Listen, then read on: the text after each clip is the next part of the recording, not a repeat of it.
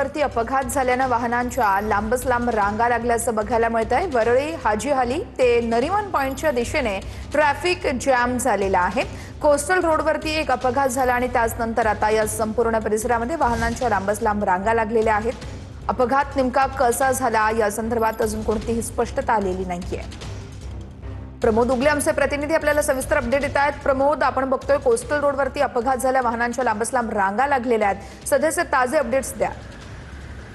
काही वेळापूर्वीच coastal road दिशेने अपघात झाला आणि या अपघातामुळे जवळपास 2 ते 3 किलोमीटरच्या रांगा टाउनच्या दिशेने जी लेन जाते त्या लेनवर लागलेले पाहायला मिळते आणि यामुळे जे कामासाठी निघालेले जे मुंबईकर आहेत त्यांना खोळंब्याचा सामना करायला लागतोय असं आपल्याला चित्र एकंदरीत पाहायला मिळते। आणि या अपघातामुळे जी ट्रॅफिक कोंडी झाली आहे ती अजूनही जसा जसा वेळ जातोय तसं तसं ती ट्रॅफिक कोंडी वाढताना दिसते।